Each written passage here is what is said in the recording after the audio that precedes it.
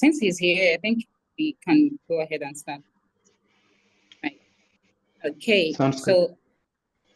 welcome everyone to the third episode of our industry roundtable webinar today, the 17th of April 2024, in collaboration with the Space Safety and Sustainability Project Group.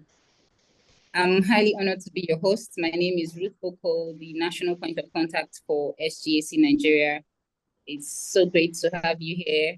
I would like for us to put in the chat where we're dialing in from, our name and our location, just for a minute.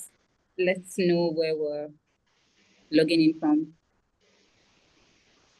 If the chat is open, just okay, so Mahad is from Pakistan, dialing in from Pakistan. I'm dialing in from Lagos, Nigeria, of course. I can see Juliana from Milan, Italy, welcome. I can see Marin from Abuja, welcome. Fred, David from Kenya, so good to have you here. Adrian from Maryland, USA, thank you so much for coming. I can see Rakan, excuse me if I'm not right, from the US. I'm seeing Maria from Guatemala, thank you so much. Sarah from Florida, Bolaji from Lagos, Oliver from Gabon, and Dorimayo from Sierra Leone. Thank you so much. It's so exciting to have this session. I'm grateful for your presence here, and I'm hoping that we'll have an exciting time. Right before we introduce the speaker, I would love for us to understand our goals and objectives for this webinar, which is to understand the concept of safety and sustainability in space exploration, to understand the importance of capacity building and education in preparing the next generation of African space scientists, engineers, and policymakers to address space sustainability and safety challenges.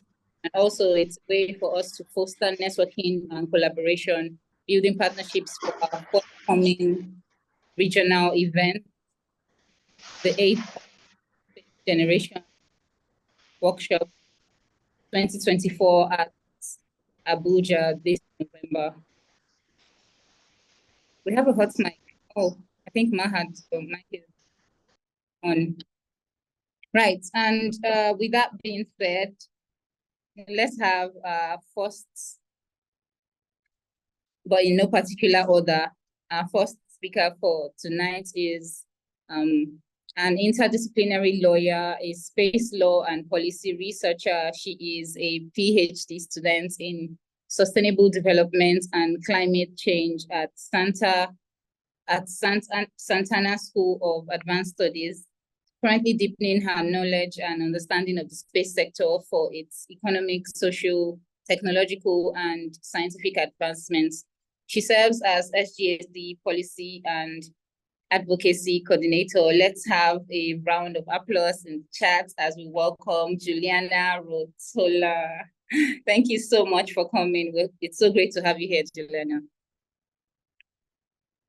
Thank you for inviting me. Right. Next, we have an aeronautical and astronautical engineering graduate from Purdue University. She's currently an MS PhD student at the University of Maryland. She's a space system software engineer at Exo Analytics Solutions, complementing a wide background of service and research.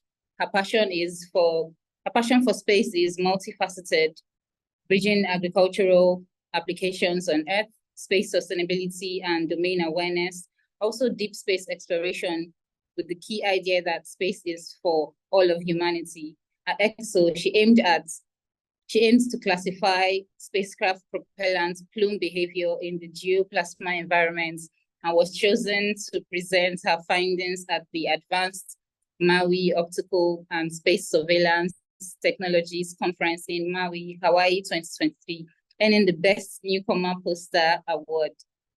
As a research assistant in the Planetary Surfaces and Spacecraft Lab at UMD, she is developing new detection and tracking methods of sub-centimeter space debris via wave disturbance called solitons. In her spare time, she enjoys flying, reading sci-fi books, and playing her guitar. Put in the celebrations in the chat as we welcome Adrienne Rudolph. Thank you so much, Adrienne. It's so great to have you here. Thank you for having me. Also, Mahad, remind me next time to shorten that a little bit. Thanks, guys. Okay, it's okay. I enjoyed reading that. It's so inspiring. I appreciate you. And next, our next speaker, and also a key facilitator in putting these events together, I would like to appreciate the presence of my co-facilitator. He's the current co-lead of the Space Safety and Sustainability Project Group, with over a decade of experience in the field of space situational awareness and space domain awareness. He has worked with the government of Pakistan and industrial stakeholders in the field, both nationally and internationally. He's been the recipient of diverse international awards. He's also a member of several committees at the International Astronomical Federation and International Academy of Astronautics. Passionate about the inclusion of emerging space economies for long-term sustainabilities. He believes in empathy, inclusion, and intersectionality of the space medium from technical, policy, and legal aspects. Get excited as we welcome Mahad Nair. Thank you so much, Mahad. Over to you. Thank you, Ruth. Really appreciate your wonderful introductions. Really happy to have you, Juliana, and Adrienne here. And we have planned this webinar considering the importance of Africa as a continent, and to provide some food for thought for space safety and sustainability, considering the African continent's role. Our chief guest for today's webinar is Dr. Peter Martinez. He is the Executive Director at Secure World Foundation. He should be joining us soon. I have received an email from him. While he joins us, I'll go ahead and do his introduction.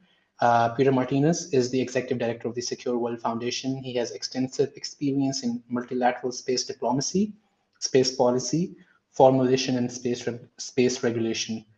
Prior to joining Secure World Foundation, he served as the head of the National Space Regulatory Authority in South Africa and chaired a multi-year process in the United Nations that negotiated a set of international consensus guidelines to promote the safety and sustainability of space operations. He has participated in several other international fora and processes, both within and outside of the UN context, dealing with the governance, safety, security, and sustainability of space activities. Dr. Martinez will be joining us soon. There was probably a conflict of event, so I have received an email from him, and as soon as he joins us, we will get his presentation and start with his remarks. While that will happen once he joins, we'll move forward with the webinar, and I'll hand it back to Ruth to skip the first two questions and start with the third question, and we'll come back to the first two questions once Dr. Martinez has given his small presentation. Right. Thank you so much for that lovely presentation. Sorry for that lovely introduction of Dr. Martinez. Juliana, I would love to start with you. Based on your research relevance to the governance of the outer space systems and its natural resources, what non-traditional frameworks, including the indigenous ones, are most suited to guarantee its sustainable use, and how can the knowledge, wisdom, and legacy from the African landscape be leveraged to create more equitable and sustainable space governance? Over to you, Juliana. Thank you very much, Ruth, for your question and for the introduction. So, as you mentioned before, I'm working on climate change and sustainable development, and I'm a space lawyer. So I've been trying to understand what were the environmental crisis, how we can unfold the environmental crisis on Earth, and how can we avoid bringing that environmental crisis back to space. And so I've been looking a little bit in my PhD research especially at marginalized communities from decision-making processes in space and on Earth, and to understand how these marginalized communities, especially indigenous communities, can help us in reshaping the way in which we think about space and we think about the environment. And I decided to do so because I was just looking at the environmental crisis on Earth. And if we look at it, I was looking at the UN report that says that 80% of the planet biodiversity can be found on indigenous territories, and indigenous territories are only 5% of the entire Earth's surface. So that means that the way in which indigenous communities all over the world have been managing natural resources definitely works better than the Western traditional way of managing resources. And so if we want to pursue a sustainable outer space governance, it's important to move beyond our traditional Western-centric frameworks and start approaching different ways of managing resources and think about knowledge systems like indigenous ones that have been often overlooked in the past. And only if we look at that knowledge systems, different forms of resources, we can not only achieve a more sustainable space, but we can really have a space governance framework that is truly equitable, just, and sustainable, and is reflecting a variety of human experiences and wisdom for us and for future generations. So we can really look at models that have been prioritizing collective welfare and long preservation of resources. And if you look at the traditional knowledge systems of indigenous communities, that has been very central in several indigenous communities. So it's important to think about what are the power dynamics that are governing space today, space exploration today, and challenge a little bit our Eurocentric narratives that often is dominating the space policy. So trying to have a more inclusive approach that is considering also voices that of historically marginalized communities. And to do so, we can just draw from successful examples of terrestrial application of indigenous governance systems that have been more positive than Western traditional ones in managing natural resources. So I have looked, for example, at some ways of communal land management in Zimbabwe, or we can think about water right negotiation of Native American and First Nations in North American communities. We can think about, I specifically focused in my research on the ways in which Maori tribes in New Zealand have been dealing with the rights of nature, rights of river, rights of mountains. We can explore, for example, when thinking about resources mining, the experiences of mining in South Africa and how the social license to operate has been working there. So we have several examples that we can draw from that can help us developing better models for managing resources in space. And I think this can really help us in enhancing global cooperation, of course, but also creating models for a more fair distribution of space resources and all of the tangible and non-tangible benefits of space activities, because we don't have only to think about resources as I don't know, the specific rocks or the specific metal or something like that. The benefits of space activities are several, and we have to think about ways in which we can redistribute these benefits in a more fair way. And of course, this also needs to come from a cultural change, because as I was mentioning before, the power dynamics in space, the way in which we have framed space governance so far has been very colonial very exclusionary, very Eurocentric, Western-centric. So we need to operate this cultural change and make sure that we are not replicating the same colonial exclusionary practice that we were applying on Earth for the management of resources on Earth. So if we are able to do that, to move with that cultural change, political change, and reflect and create models that can really reflect the variety of human cultures and knowledge system, then we can think about achieving a more sustainable space, a space that is fair and is just for present and future generations. So I will close here my first remarks, and I also see that Dr. Peter Martinez has joined us. Thank you. Thank you so much. That was a brilliant response. So we're encouraged to move beyond traditional frameworks and seek ways to distribute resources. And we should also leverage cultural and political change for more sustainable practices. Thank you so much. So I'll be handing over to Mahad now to introduce and welcome Dr. Martinez. Dr. Martinez, thank you so much for joining us. It's our honor, real pleasure to have you among us today to have this discussion on Africa's role in space safety and sustainability. My sincere apologies for the confusion with the timing, but we are glad to have you. We have already gone over your introduction with the participants of this webinar. And I'll just hand it over to you right away in the best interest of time for your remarks and for accompanying presentation. Thank you. Thank you, Mahad, and apologies for joining late. I was told the webinar would start 1 hour later than it did, and I'm not sure where the confusion arose. So I'm not sure exactly what has already been discussed, but I had prepared a short presentation to provide a sort of a framework for space sustainability, basically describing the dimensions of space sustainability. I don't know if it's appropriate for me to still present that, or whether we should just go into some of the questions that you were planning to ask me. I'm in your hands. I think we would love to see the presentation from you.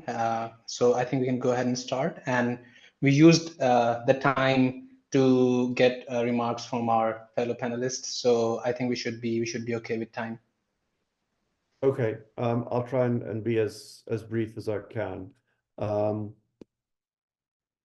So let me just try to share my screen here. Oh, my screen sharing is disabled, so I cannot show anything. Ruth or Mr. Abraham, can we get the rights to Dr. Martinez, please?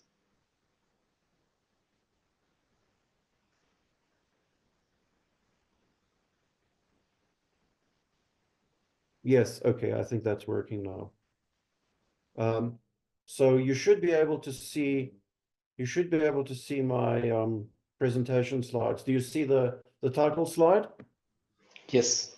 Okay, fine. I'll try and move through this quickly. So I'll begin by noting that this image that you see on the title slide, it's a very, very famous image, possibly the most iconic image of the space age, and it was taken by one of the Apollo astronauts on the way to the moon in 1972. And it shows the African continent. And back then, of course, Africa was really not a significant participant in space activities, and that continued to be the case for a number of decades that followed. But I'm delighted to say that we are now seeing much more active participation from a growing number of countries on the African continent. And so I want to frame my discussion of space sustainability from an African perspective. And of course, being African myself, this is something that is very close to my heart. So when we talk about space activities, the average person in the street, this is what they think about. They think about the space station, missions to the other planets and the solar system. And we have learned a lot about the solar system and other worlds during the space age. But of course, the planet that matters the most to us is the one that we all live on.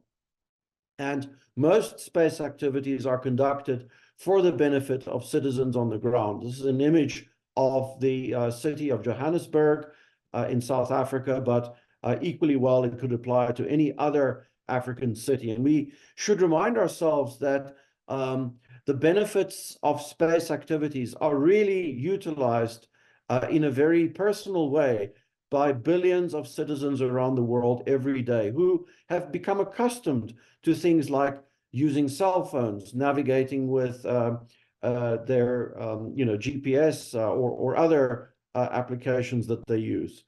And so in the African context, space applications have become critical for things like resource management, the management of natural disasters or humanitarian disasters. And there are many, many applications in this area. We also see in Africa that space technologies have allowed us to connect very remote and isolated parts of the continent, and they are now providing the means to deliver services like telemedicine, teleeducation, e-governance services, and so on, that support African citizens in many ways. Also, the position navigation and timing are now being used by a growing number of African industries and even private individuals. And so African societies are reliant on these sources of space-derived information and data, and we cannot take the continuity of these services for granted. And so we're all bathed in a sea of electronic information that is derived from space and supports national prosperity, security, and human and environmental security and safety of life, and many, many other applications. And this is not only true in the developed world, but also in many developing parts of the world. Again, I think this is an image, if I remember correctly, it's from Namibia, where you see the satellite dish on that structure. And as we drive through African communities, we see lots of evidence of use of space technology on a daily basis. I'm not going to bother to cover the orbital regimes. I think everybody on this call is very well aware that we have several orbital regimes and that are used to deliver these services to people on the ground. And of course, the regime that is most crowded is the low Earth orbits, which are those closest to the Earth within a few hundred kilometers up to 1,000 kilometers. And during the early decades of the space age, countries were entering the space environment that was fairly pristine. But in the decades that followed, we saw more and more satellites going into space, and we now have a very congested, contested, and contaminated space environment. And I'll talk about each of these in order. Just to give you an analogy in terms of the way that we use space, think about driving your car down the freeway until you run out of petrol or until the car breaks, and then you abandon it. If you were to do that, it would pose a minor collision hazard, but most other drivers would be able to avoid it. But if everybody does this year after year after year, the highways would become utterly unusable and dangerous places to drive. And this is what we have been doing to our orbital highways for the past 60 years. And we really cannot continue operating in the same way that we have in the past. And so what we now talk about, space sustainability, that began over a concern about space debris. But the debris itself is not the issue. The debris is just symptomatic of the way that we have been using, or some might say abusing, the space environment for the past 60 years. Now, there's several dimensions to this. So space sustainability is quite a rich set of topics. The first is that space is becoming increasingly more global. In the early days of the space age, when that photograph was taken that I showed you on my first slide, there were only two major space powers and a few other countries that were also participants in space activities. If you fast forward to 2020, the slide already a few years old, you see many more countries involved in space activities. But still at that point, the African continent was lagging. And this slide, if I was to update it, it would show more African countries as active participants in space. This, by the way, is a slide from the Union of Concerned Scientists. They have a database of active satellites in space. Space, as it has become more global, means that the conversations around the governance and regulation of space activities have also become more global. This is a photograph taken of the United Nations Committee on the Peaceful Uses of Outer Space shortly after it was established in the early 1960s. And here you can see a small number of delegations. When it was started, it was about around 24 countries that were members. We now have over 100 states that are members of UN COPUOS.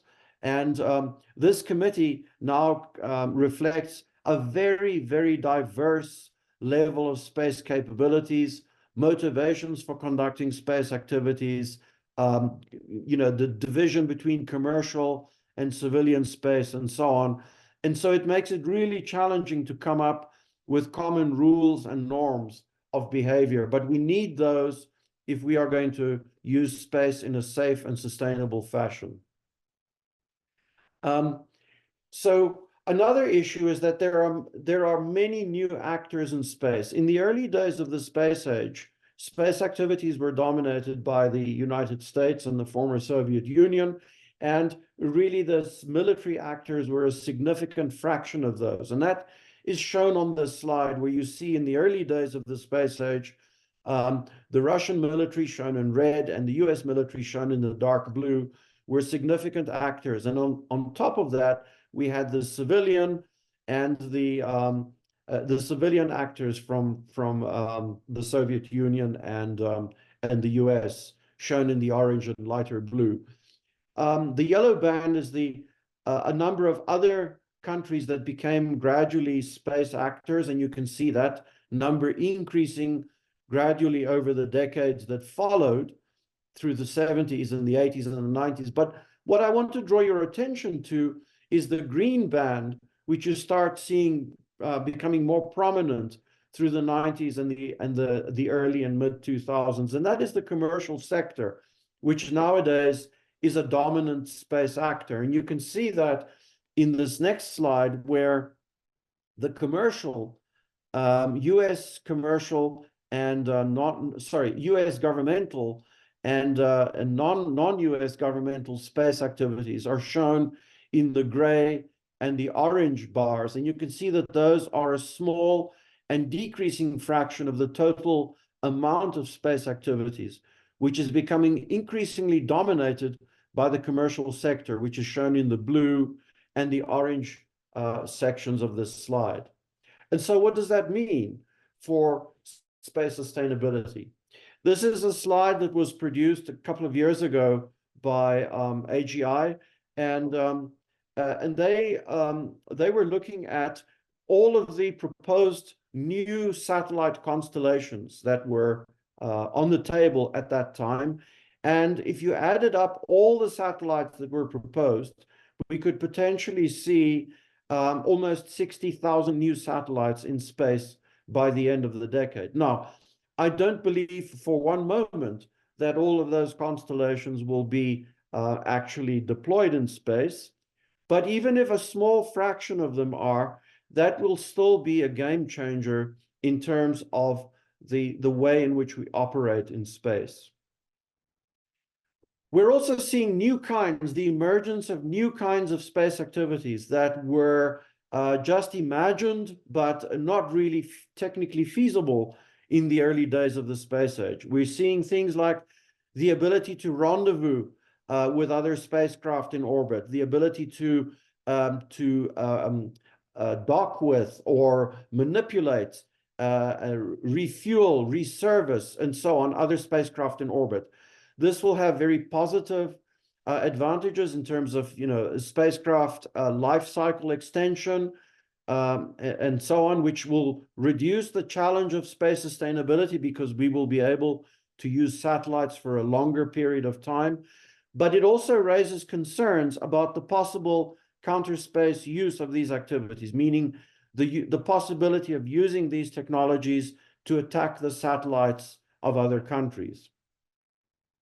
And of course, we are having very intense debates on the use of resources on the moon and other celestial bodies, although I would consider the orbits as a space resource that is also heavily used and contentious. And people are now talking about trying to work out what is the orbital carrying capacity of these orbits. Will we get to a point where we saturate the available orbits, and how do we allocate the orbital capacity in an equitable and sensible manner? Another set of issues that is of growing concern is that as countries become more reliant on space for their national security and defense, that of course others are developing the means to disrupt, disable, or deny the use of military space assets. And that falls broadly under the rubric of what's called counter-space capabilities. Those can be ground to space or space to space. What is particularly concerning, we see, is that there is a proliferation of these kinds of activities. And what is concerning is especially the conduct of tests that produce large amounts of space debris. We have seen a number of these anti-satellite tests conducted over the years, initially by the United States and the Soviet Union, and more recently by China, by India and the Russian Federation. These tests produce more debris than all the accidental collisions of dead satellites and debris objects in orbit, and are of great concern. And so in 2022, the UN General Assembly adopted a resolution, General Assembly Resolution 77/41, that was endorsed by that was supported by 155 countries. And it calls upon states to commit not to conduct such tests in future. And I'm happy to say that to date, some 37 countries have made the unilateral declaration that they will not conduct such tests in the future. And we hope that this will help to create an international norm against such tests in the future. And who knows, maybe one day even a treaty banning such activities. Now, there are a number of solutions to the challenges that I've discussed. These are, of course, scientific and technical in nature, and also the policy and regulatory. In terms of the scientific and technical solutions, the commercial sector is, as I mentioned earlier, putting up lots of satellites in space and contributing to that congestion, but they're also being very, very innovative in terms of the technological approaches to space sustainability challenges. So the commercial sector is an indispensable partner for ensuring the future of safe and sustainable space operations. And you can see there have been many, many concepts developed. This is one concept that involves the capturing of a defunct satellite with some kind of a net, but there are other schemes that involve very different kinds of approaches. Then in terms of the other family of class of solutions are what we might call norms of responsible behavior. You all probably know that there are a number of international treaties that were negotiated in the early days of the space age, the principal treaty being the Outer Space Treaty, and there are 4 others that elaborate on some of the principles in the Outer Space Treaty of 1967. But those treaties were adopted in the early days of the space age, and nowadays we are seeing new contexts and new situations where the application of the treaties is not clear. And so we need to augment the treaties with some additional instruments. These additional instruments can take the form of things like UN General Assembly resolutions, like the one I mentioned a few minutes ago, or principles, norms, and guidelines that are then implemented by states in their national regulatory frameworks. These are voluntary and non-binding instruments. They don't have the force of an international treaty, but non-binding does not mean non-legal, in the sense that states can choose to implement aspects of these international best practice guidelines in their national regulatory frameworks and licensing practices, and we are seeing that. I want to end by mentioning that my organization, Secure World Foundation, we are a civil society organization devoted to space sustainability.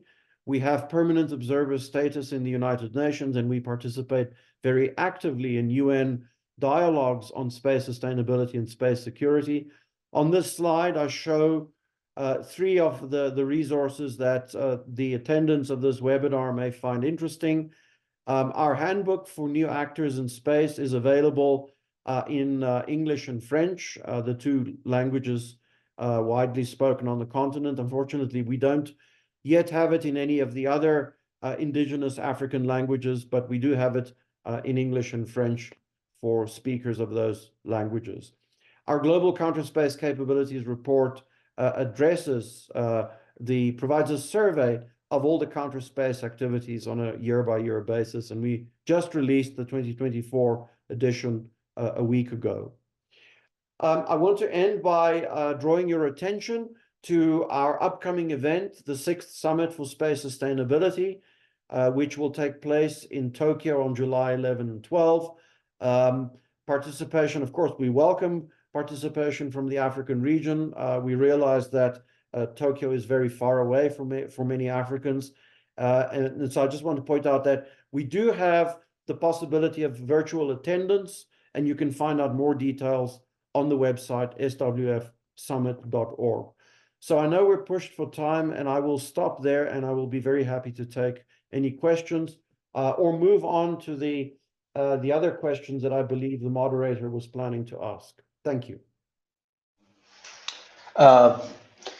Thank you so much, Dr. Martinez. The presentation was fantastic. I think the audience has learned a great deal from it, and will continue to do so as we would make it available. The recording will be made available in our playlist on YouTube. So thank you so much for everything that you have highlighted. I personally, I'm a huge fan of Secure World Foundation, as it has directly contributed in my professional development, especially for inviting me to a MOSTEC conference last year as one of the panelists. So I've been reading all the publications that you mentioned. I regularly go through them. And as a citizen of Pakistan that is an emerging space economy, it has really helped me in communicating important aspects to the leaders in my country on how an emerging economy can become an important stakeholder in space sustainability. And with that, I'll go towards my first question. That we did see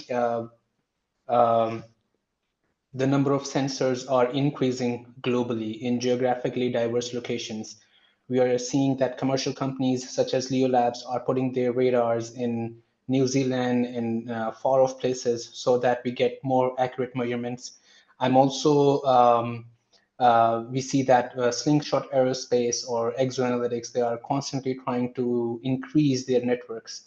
In terms of putting sensors in the African countries using public-private partnerships.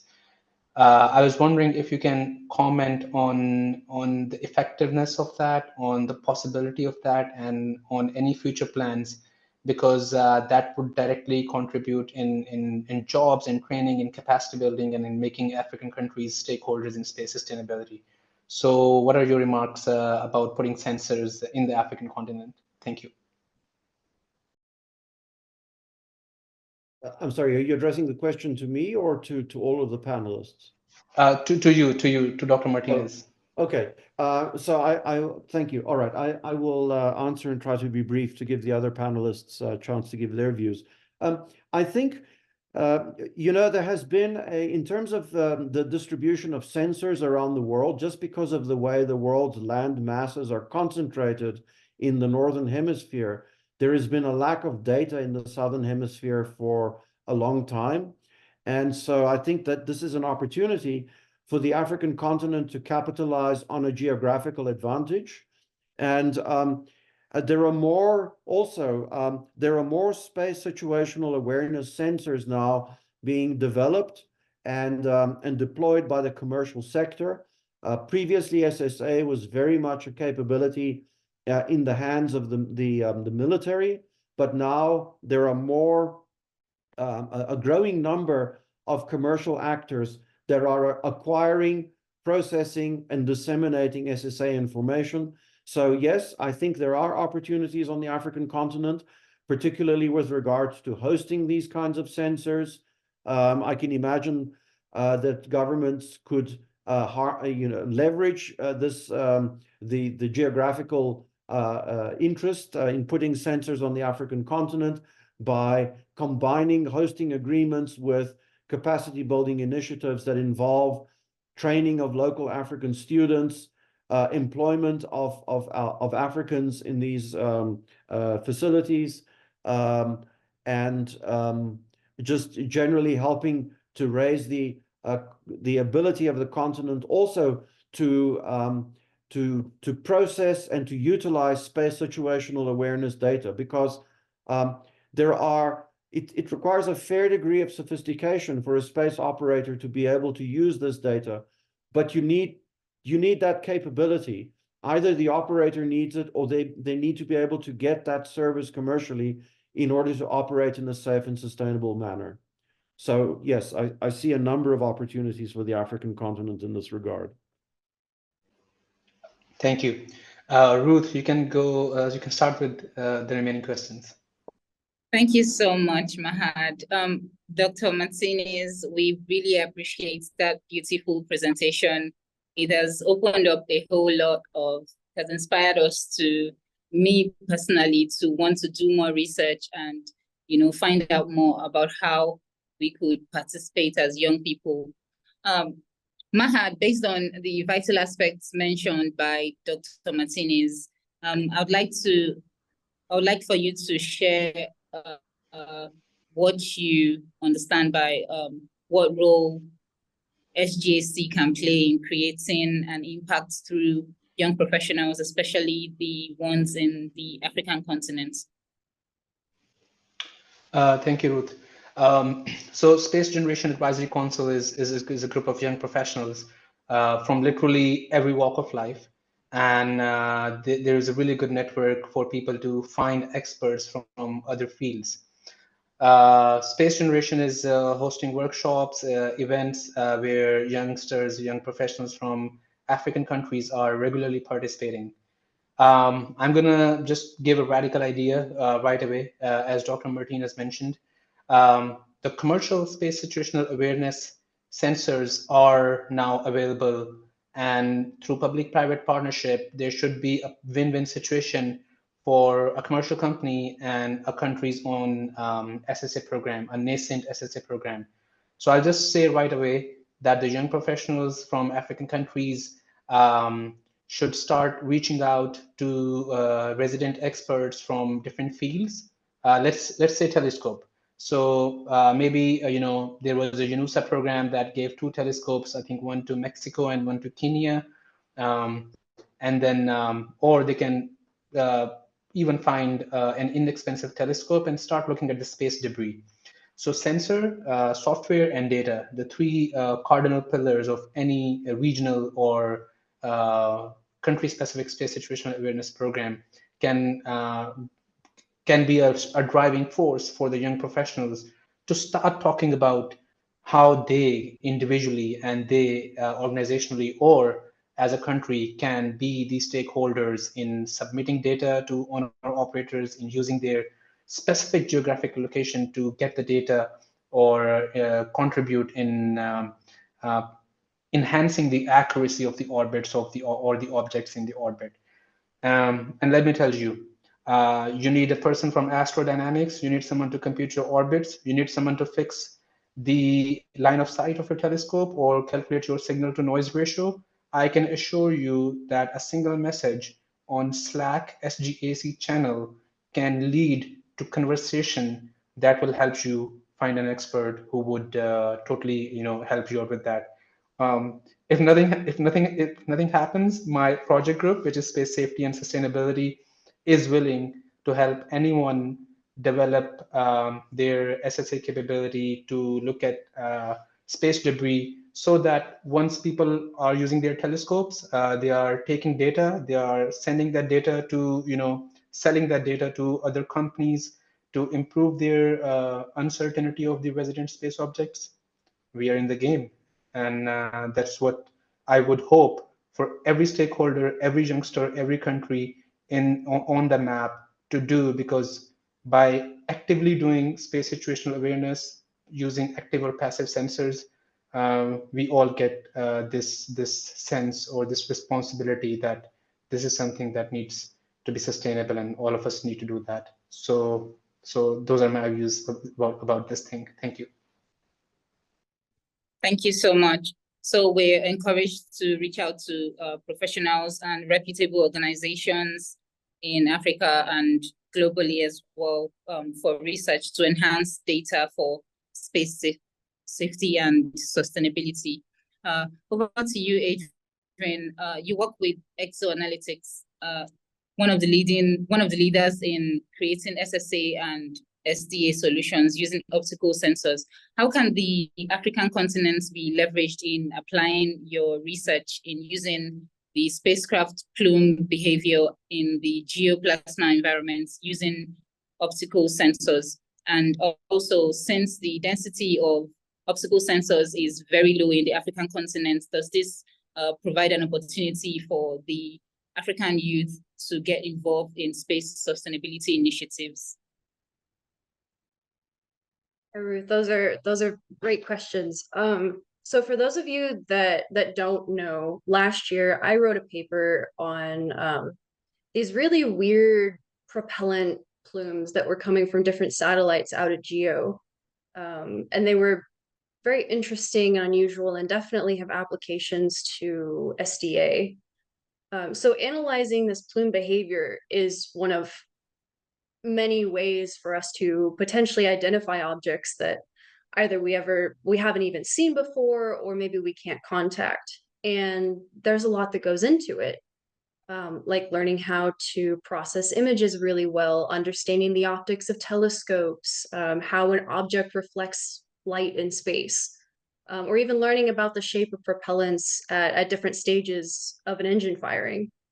It also requires learning how the cold space environment and the particle species within it react to different chemicals, or even understanding the plasmas present in space and how they're influenced by solar activity or local activity of electrically charged spacecraft. And even if the African continent doesn't have many commercial or government telescopes yet, students and young professionals can start learning about these concepts that I've mentioned. And I think that's where it starts. I think, for example, at the moment, Nigeria has put up 5 satellites in space. It's not the amount of a Starlink constellation, but it is still important to watch those assets and make sure that the satellites are healthy, that we're still able to contact them, we know where they're at. And so I think it's imperative that everyone who can have a voice in sustainability has it, because you can get governments and companies turning a blind eye to a growing problem like space debris, or you have companies even losing custody of their own satellites. And or recently you can get a piece of the International Space Station that NASA said was supposed to burn up in the atmosphere, bursting through the roof of your house. So every day, I think that we are getting closer and closer to a much more advanced Kessler syndrome to a world clouded by debris where it's unsafe for our infrastructure, our communication satellites, our remote sensing satellites to operate. And it's not, being part of SDA is not exclusive to commercial or exploration or defense. If anyone is going to go up in space or have assets in space, then we need eyes in the sky. And if Africa doesn't have the technologies to be a part of that yet, then there is an open door. And I think that the youth should start taking part. I think based on what my company does, there's various places in Africa with little chemical and light pollution, which would be amazing to put sensors. And I know that my company is always looking for more places to expand beyond the US, to put sensors across more countries. So I think that is what I have to say about that. Thank you so much. So the young African youths can get involved by reaching out to organizations like Exoanalytics to decipher ways in which we can get more sensors on the continent, just to carry on. Moving on to the next question for Dr. Martinez. Based on the answers from the other young panelists, we would love to share your perspective on capacity building, sort of like expanding on what you mentioned earlier, and how individual countries in the African continent can be trained for capacity building to take over the race for space safety and sustainability. Over to you, Dr. Martinez. Thank you. Well, I'll start by saying that capacity building is really important for African space actors to be able to conduct the space activities in a safe and sustainable manner. This is not an option. We don't have the luxury of the first space nations that entered a pristine space environment in the late 1950s and early 60s. Today, we have a situation where there are over 9,900 active satellites that are being operated by 120 countries, and space operators have to operate with due regard for the safety of the satellites of other operators. So the challenge is that not all operators have the necessary experience, resources, or skills to do so. And this is why it's so important to support emerging space actors to behave safely and responsibly in space. Also, a lot of developing countries, many of which are signatories to the Outer Space Treaty and the other space treaties, lack the experience in space policy and the regulation of space activities. So this means that we need capacity building on the scientific and technical front, and also the policy and regulatory fronts. Now, the space sustainability guidelines of the United Nations that I mentioned during my presentation, the so-called LTS guidelines, underscore the importance of capacity building to implement the guidelines. And the UN Office for Outer Space Affairs has a number of capacity building resources on its website, including a free online course that can be taken by anyone. And so for those of you interested in educating yourself more about space sustainability and the existing international best practices, I can encourage you to have a look at the UN-USA website. In addition to organizations like the UN, there are other organizations like the International Academy of Astronautics, the International Association for the Advancement of Space Safety, that also produce resources of a more technical nature. And so engineers that are concerned with designing spacecraft with a view to things like limiting the amount of the time in orbit after the conclusion of a mission can access these kinds of technical resources that give them best practices and guidelines to use in their designs. African universities can also play an important role as vehicles for the delivery of capacity building programs in partnerships with the international entities, such as those that I have just mentioned. I'm aware that there are initiatives by various groups like the African Space Leadership Institute to perhaps start a sort of Pan-African space education program. They've certainly been running a series of webinars to build capacity in space policy and regulation. And I would encourage you to look them up and perhaps start following their webinars on policy and regulation. Also, an important need to address is the need to build capacity at national level in space policy and regulation. And here the African Union can play a role in terms of its convening capacity and developing capacity building programs for its member states. And I should just say that my organization, Secure World Foundation, would be happy to support the capacity building efforts in the African region, either at a national level or at a regional level. And I mentioned earlier on the resources that are available from a number of organizations, including our own. These are freely available on our website, swfound.org. And I would particularly draw attention to our handbook for new actors in space that provides the essentials of space policy and law that have to be considered when a country is establishing its own national space program and regulations. And I'll stop there. Thank you. Thank you so much. So we're encouraged to support current players that are, that are trying to solve the space safety issues that we have currently. And also we're encouraged to do more researches and engage in webinars and studies on space safety.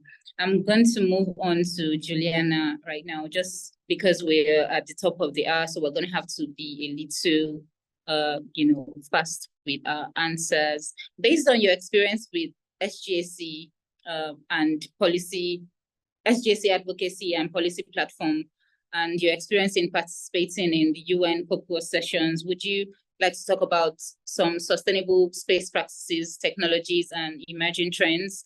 Why is it important for the youths in Africa to be acquainted with these emerging trends, and how can they participate in the policy and governance activities with SGAC and the UN COPUOS as well? Thank you. So this year at COPUOS, during the Scientific and Technical Committee, and we will do it again during the Legal Subcommittee, we presented the official position of SGAC on space sustainability. That is also what is guiding us in the consultation for the Summit for the Future, and bringing our perspective as young generations for space sustainability. And in this report that we call the Intergenerational Pact for Space Sustainability, which should be for us like a pact with some fundamental elements that space actors should agree on, we had identified 4 core problems. And if you look at the agenda of the Legal Committee, for example, happening this week, and you can just go online on the United Nations Office for Outer Space Affairs website, and you can see the discussion going on during this couple of weeks. So in our report, we discuss 4 main core problems, which are space debris, satellite constellations, dark and quiet skies, and activities beyond orbit, with a special emphasis on space resources activities. And I feel there are several reasons for which young Africans should be interested in those topics. As we don't have so much time, I think I want to focus on just on one, which is that all of these issues have an impact for every actor everywhere around the world, but it's very important to understand how the impact of space activities can really have distinct implication for marginalized communities. I was mentioning before, indigenous communities or global south communities, because it can advance the risk of furthering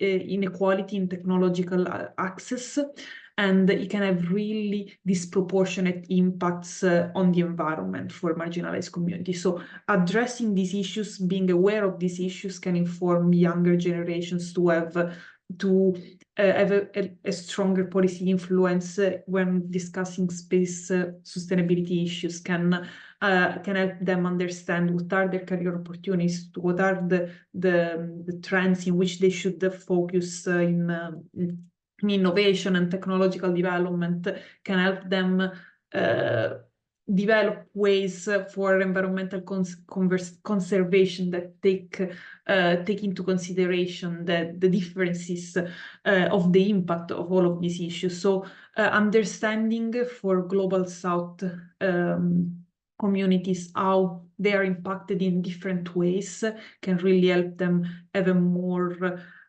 concrete, effective role in defining a framework for space activities that can really foster a space that is just, is more equitable, and can really take care of the protection of the environment for us and for future generations. So I don't want to go too much farther because I know that we have to close the discussion.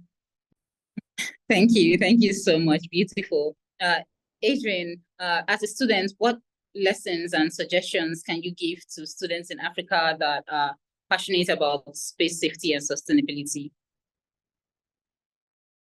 Yeah, so as a student, I would say if you have room in your schedules, especially if you're a university student, take some space policy or environmental policy classes, or some space traffic management if any of your local programs offer that. I don't know all of the ins and outs of the different governments in African countries, but try to get involved in your governments if you can. I did find recently that Africa has a space traffic management market.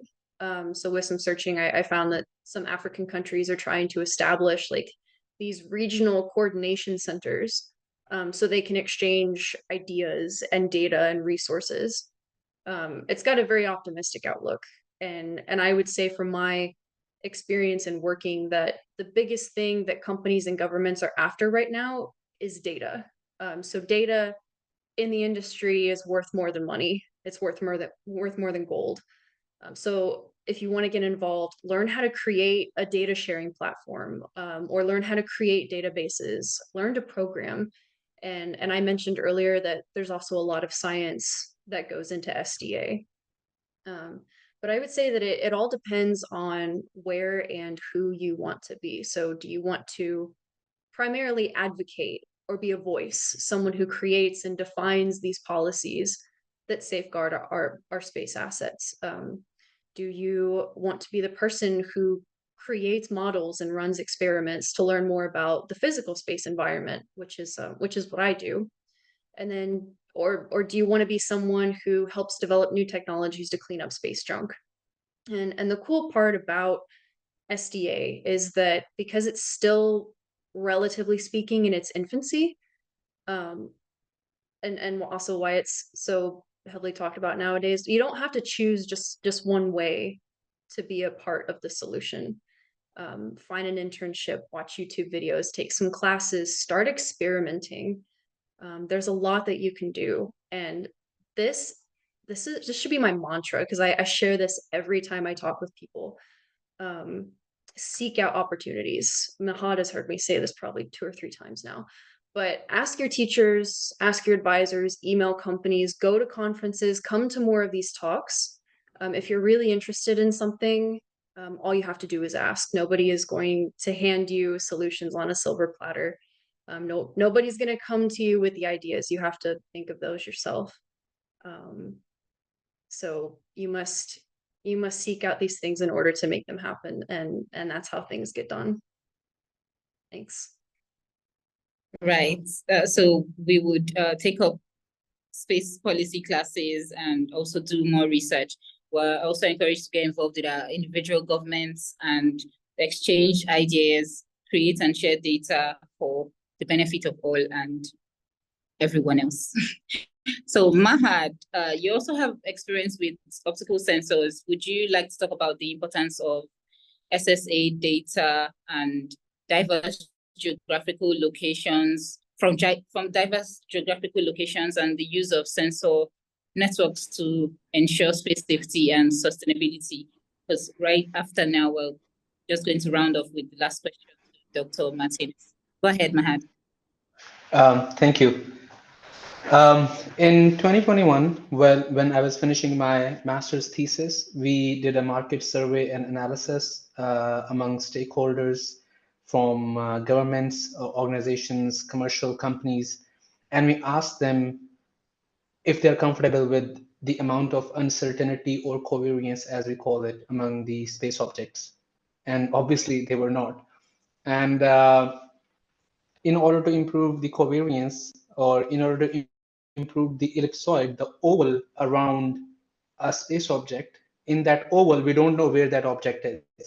So in order to shrink that oval to have more accurate and money-saving analysis on space traffic, we need more sensors. And for that, we don't need, we cannot put all those sensors in one country or in just a couple of countries or spacefaring nations. We need those sensors in every country.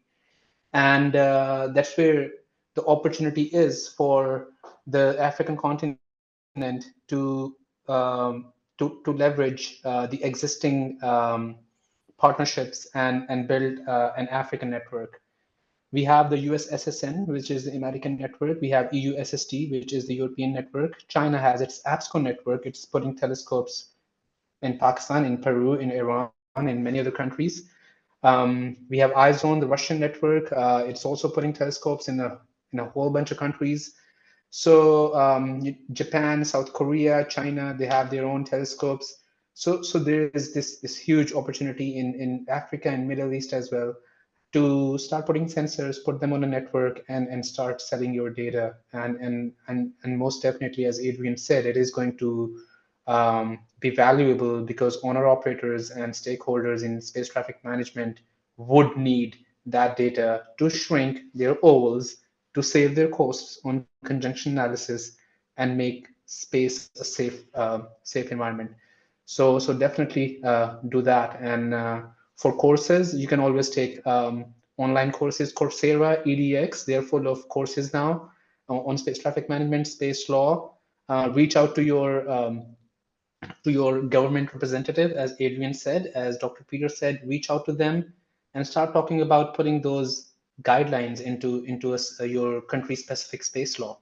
I'm from Pakistan. Pakistan doesn't have a space law, so even I'm trying to have that discussion going around, so that if all the countries have space law that is a binding, then we are okay with the non-binding at the UN level. So, or the best practices at the UN or international level, because countries and governments will be taking care of that. So that's it from my side, and we'll go to the last question so that we can finish up the webinar. But really happy with all the answers and all the information that we have accumulated in this one webinar, and would be sharing that. So Ruth, back to you for the last question.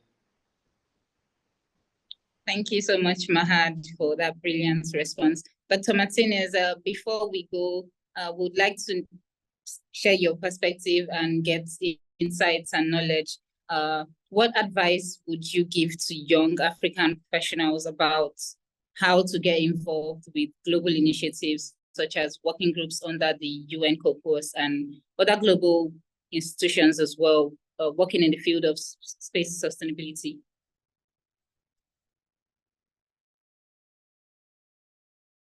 Thanks for the question. So in my view, young space professionals are going to be absolutely essential for solving space sustainability challenges. You see, unlike the climate challenges on Earth, we don't have the luxury of many decades of inaction before we could face the real possibility of disruption to the continuity of the benefits of space that we all take for granted today. And so I think it's imperative for the up-and-coming generation of space professionals to be really serious about space sustainability. Space sustainability, as you saw in the discussion on this webinar, is a cross-cutting challenge. And I would encourage all young space professionals to educate themselves about this issue, as has been suggested by Mahad and Adrian and others. And to think about how they can each contribute in their own small way to meeting this challenge. For example, as an engineer, you can think about how to minimize the chances of your space object producing debris.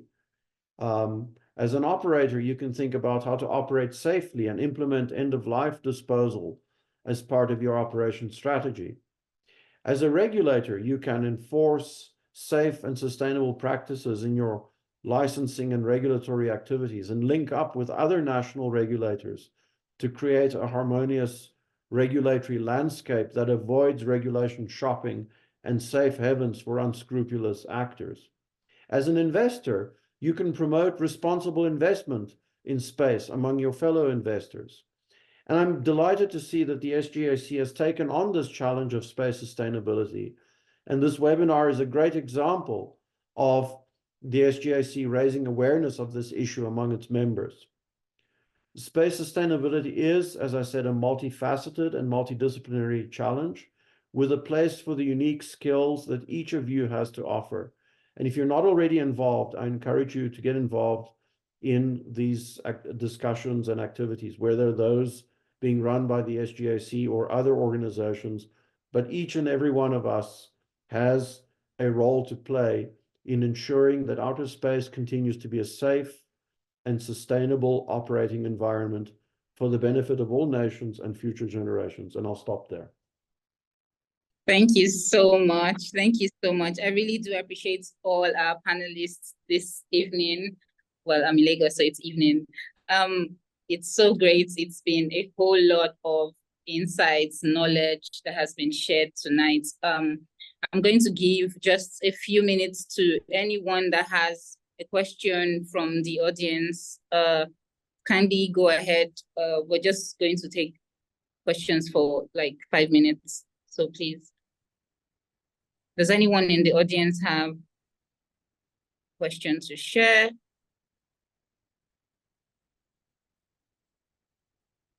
Without anyone coming up, I would like for us to note that we have coming up this weekend SGAC Africa Town Hall meeting to announce national point of contacts, the new national point of contacts in various African countries, and also to deliberate on regional plans, network, and a whole lot more. That would be all from my end. I do not know if Mr. Abraham is on ground to give a closing remarks before we hear from. We have a question, Ruth. We have a question from Maria. Hi, I know if you can hear me. Yes, we can. Yes. I wrote it down some time before, but I'm gonna read it to you. Because I'm at work, but hi, I'm Maria. I don't know if you can see me. I'm a biochemist and microbiologist, so the first thing that comes to my mind is the potential of microorganisms growing on space trash. Because even though some things are sterile, it's almost unavoidable for one microorganism to grow in space or to have contact. So I was thinking if the potential of biofilms formation or microorganisms growing on space trash, it has been considered, and if the risk of bringing back trash to Earth has also been considered. I'm just curious about your opinions on this because you work on different fields. So I don't know how that risk might be treated if resistant microorganisms or biofilms are brought back to Earth. And that'll be it. Well, I know about it because I've worked a little with biofilm formation on the ISS, so I know it grows differently. And one of the main concerns is that we can't treat them as we do on Earth. So how would that affect space sustainability?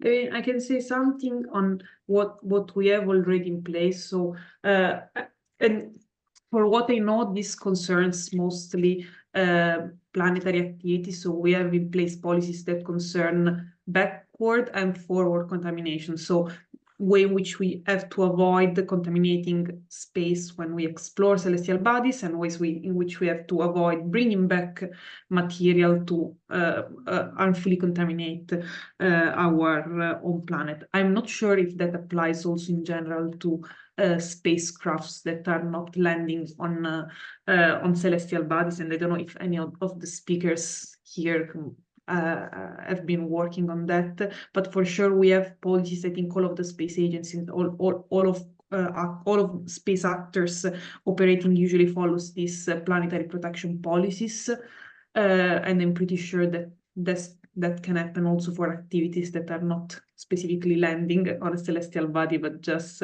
operating in space. So I don't know, a satellite that has to being brought back to Earth, but usually, from what I know anyway, satellites, when re-enter the atmosphere, they destroy themselves. So I'm not sure what is the contamination potential for during that process. I know that the Outer Space Institute at the University of British Columbia has been studying the impact of the re-entry of satellites and space objects to understand what was the greenhouse emission of those re-entries, but I don't know if they have been studying also the contamination the contamination possibilities of biological materials. But it's an interesting question, I think. Right. Thank you, Juliana, for that brilliant response. Do we have any other question? In the absence of any, Mr. Abraham, we would like to have closing remarks from you before we move over to Mahad. Hello, everybody. First of all, I want to say a big thank you to everybody that was able to join today. Thank you for taking the time, and to our panelists, Juliana, Adrienne, Mahad, and especially to Dr. Peter Martinez. Thank you so much for taking the time. I know we might have had less than 50 people on the group today, but definitely this is going to have more impact than just this current group, because we're also going to post this online, and people are going to be able to have access to this information at a later time. I want to thank you for though we are not getting immediate results for everything we are doing, I guess it's all in stages, bit by bit we build, like a brick build up in brick after brick. So I want to believe we are making impact, and hopefully we have also been able to impact people in the group with information that they didn't know about and things they can act upon. So I want to say a big thank you to you once again. I know it is a collective effort that makes a bigger impact. So thank you so much, everybody. I'm looking forward to our town hall meeting, and then also to a transformed Africa. I'm a bit biased, but to a transformed Africa and a global impact. So thank you, everybody. Have a good rest of your week. I will see you again very, very soon on our next webinar. Thank you, Ruth. Thank you. Mahad. Thank you so much, everyone, for coming to this webinar, especially to Dr. Peter Martinez. Thank you for your remarks, your presentation, as well as your fantastic foundation. It has been really helpful to so many people that I've talked to over the course of my space sustainability journey. And just a little anecdote, this started as a direct message on LinkedIn between me and Ruth, and we said that let's create something. And I think anyone who would watch this, the recording of this webinar, would be able to take a lot of important messages with them, a lot of impetus and drive to start something or collaborate on something. So I'm really thankful to all the panelists. Juliana, thank you so much for your amazing remarks. Cannot wait to collaborate more with you on SGAPP and also for Ascend. Adrian, once again, thank you so much. It's a pleasure to see you again. And thank you for your wonderful work at EXO, and cannot wait to learn more about some new EXO sensors that we can disperse in the African continent and across the world. Ruth, thank you so much for all your planning, all the administrative help. Really, really appreciate it. Thank you, Abraham, for running the platform. And in the end, thank you so much, Dr. Peter Martinez, for giving us your valuable company and insight. And with this, I think we can end the webinar. Welcome everyone to Abuja in November. We're hoping to see you at the 8th Africa Space Generation Workshop. So Nigeria is a beautiful place. Come and have fun and let's do space together. Thank you. Thank you, everyone. So, Bye, close everyone. Thank you. Thank you. Thank you. Take Thank you care. so much. Have a great night.